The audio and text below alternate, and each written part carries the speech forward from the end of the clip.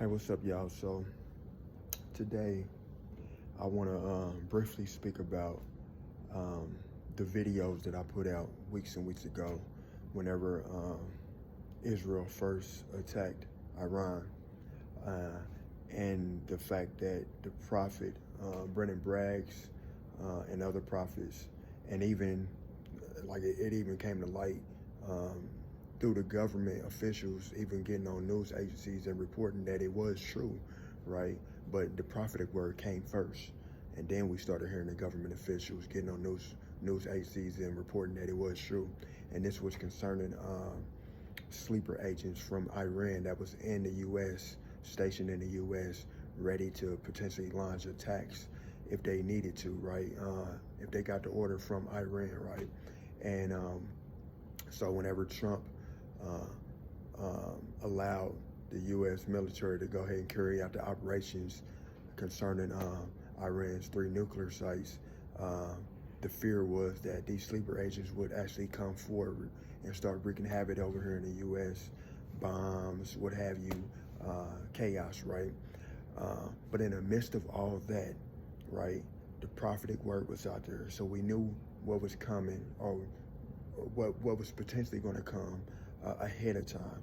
So that gave us time to pray about these things, right? To pray about it and potentially thwart it, right? Um, and it was another prophetic word about the 4th of July, something major happened on the 4th of July. That came and passed, and it didn't happen, right? Prayers, prayers, prayers, they work, right?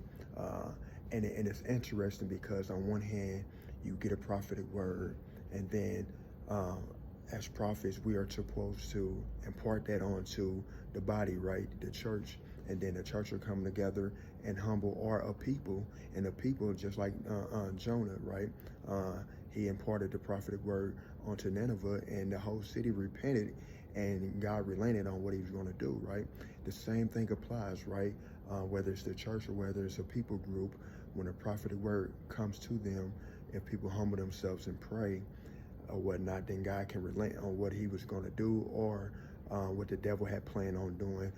God can make sure that that don't happen, right? And this is one of them things where I think the devil planned on some chaos happening, right? And God made sure it didn't happen because people came together and prayed. And the interesting thing is, like I was going to say, is that when you hear a prophetic word and then you don't see it happen, right? You might think to yourself like, man, well, hold on. You got to ask yourself, did you really want to see it happen? Or did you believe in your prayers, right? Or do you believe that when people do pray, that they can prevent stuff from happening? And I'm here to tell you that yes, people can pray and stop something from happening, even though it was going to happen, right? Some things gotta give us a prophetic word, and we are to impart that on to people. And some things just can't be prayed away. Like he's letting us know that this is going to happen. Get prepared for it. Get ready for it.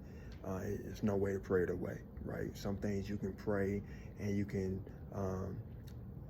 allow God to step in and cause it not to be as severe as it was going to be, right? For instance, the economic crash is going to come. Like God has been telling us, like the prophetic word is, it's going to happen. Period. It's going to happen, right? I don't know if we can pray and lessen it, which I'm pretty sure we can if enough people humble themselves, came together and repented from the wickedness that's entwined in this nation nowadays, right?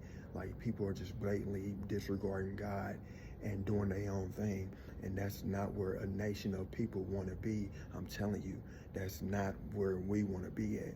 So will we lessen it? I don't know, but that shouldn't stop you or deter you from praying, right? So with that being said, you have that.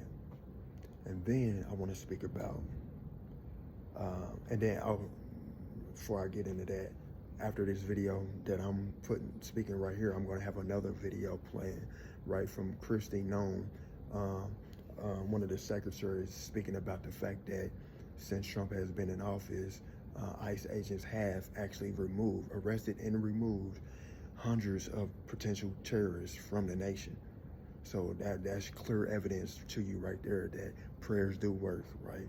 Because I prayed about this happening, right? As far as these terrorist plots being thwarted, right, and not allowed to happen, right? And they've been arresting these people. They've been finding them and arresting these people and removing them out of the country. So kudos, right? All right. With that being said, um, the immigration thing. So it's a tricky subject. First, I'm gonna say this: the Biden administration, the Democratic Party. I said it yesterday in the video. Demonic, right? They dropped the ball. So they dropped the ball, right? Like they opened up the borders and allowed people to rush in through the borders, and then they enticed people to do it, right? By saying that we're gonna give you free money, housing, and everything, right? And so, if you in another country where you live in, and it's hard, right? It's a struggle, to survive, and then it's your neighbor country, and you hear that the border is basically deteriorated and you can freely come through. Let's be honest, like freely come through. On top of that, right, being illegal in this country, right, it's no longer an issue. And they're going to give you money, right? They're going to give you housing. Who wouldn't come? I would come, right? Like, just let's be honest. So I don't fault these people for coming over here whatsoever. What complicates things, right, is that, first of all, the border should have never been open, because now you got these people being displaced, right, because they came over here seeking something better, and now they've been displaced because of new administration that's come in, right, with law and order, like it should have been from the get-go. So now you have these people who came over here from Mexico and other countries, right, who upped their lives, and like, even though it might have been hard for them over there, they might have had a job, they might have had a place to stay, etc. But now when they came over here, who knows whether or not they can go back to that place that they lived at, their job that they lived at. So now, like, it's all around unfortunate, because they came over here looking for something greater, because the government at the time allowed them and enticed them to do so, right? And now they have to go back. So now that's unfortunate, man. It's so unfortunate. But I got something else I'm gonna say on that in a second. And another thing that complicated is the fact that you also have bad people that came in.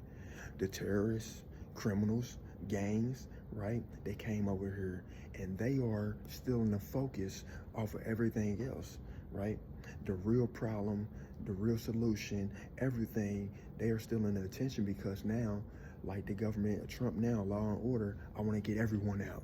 Period. I ain't trying to hear nothing. Everybody get out, right?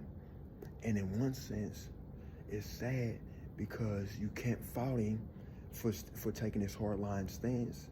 And then on another hand, right, you have to think, like, come on, man, you were the leader of the nation, right, and you over the government now. Is there a better way?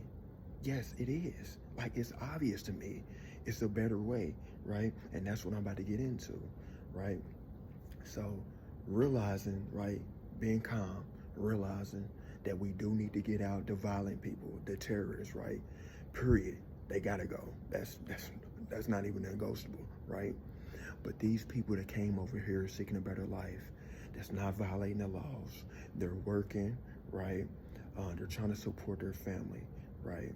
The system, the current system in place to allow these people to become legal citizens or get visas, right? It's too long, it's too complicated. And not only that, you're not even giving them the option to even do that, right? One, so the solution is simple, man. Give these people a chance, right? If they haven't been arrested, if they've worked, right? If they can prove that they've worked, and these different things, they can prove that they got connections, violent connections over here, right? And in an effort to further themselves, right? Then create a system, right, to allow them to become citizens, to become to get a visa, right? Quickly, right? Giving them some type of emergency card or pass, right, until they can actually get certified or whatever you call it, I don't know, right, to be over here, right? Because it's not their fault. Now, as far as anybody else trying to come in, yes, secure the border, period. Secure the border, and then anybody that's trying to come over here, everything is on hold for right now until we deal with everyone that's over here right now. That's fair, right? Deal with everyone that's over here right now. Make sure everything's situated. Get out the bad guys, the people that's over here trying to work, right? Set a system up or rules up to where if you violate any violent laws, anything like that, if you're not willing to work, if you try to apply for government assistance or things like that, like some things might be off limit. Like, I mean, hey, like just create a fair system for these people to establish themselves over here, because kicking them out and sending them back to where they came from, they might not have a place to go to. So that's kind of heartless, man. That's heartless. So I don't agree with Trump's administration as far as that's concerned. I'm not bashing him. Again, like I said in the video yesterday, don't talk about the leaders, right? So I'm not bashing him. I just think that there's a better way. And this is my suggestion, right? I don't know who ears this video will fall on to, right? I'm just putting it out there, right? My opinion on the thing, right? From a heart posture that loves people, right? That care about people, and I want to see the best for people, right? And again, like, it's not these people's fault. It's the past administration fault, and that's so sad what they did to these people. The Biden administration should be, man, that was heartless to do. But in essence, they thought that they was going to win, so they thought everything was going to continue the way it was going to continue. Their wickedness, God had to get them up out of there, right?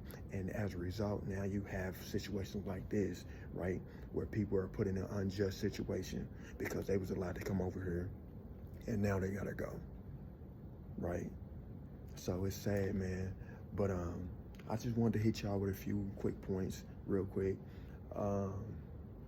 and that's pretty much it, man. Y'all have a blessed day. Until next time, God bless. To one of the suspects involved in one of the attacks came in under the Biden administration. Yes, absolutely. Well, the Biden administration let in people from all over the world that are horrible individuals, along with people who came here, trying to be a part of America. But we have removed hundreds and hundreds of known and suspected terrorists through these ICE operations. We have tens of thousands of criminals that have perpetuated violence against Americans have been removed just since President Trump has been in office. So our communities are getting safer every single day. But these targeted attacks against these law enforcement officers is a disrespect and a dangerous situation that we're in, that I hope every American, if you know a law enforcement officer, go today and thank them.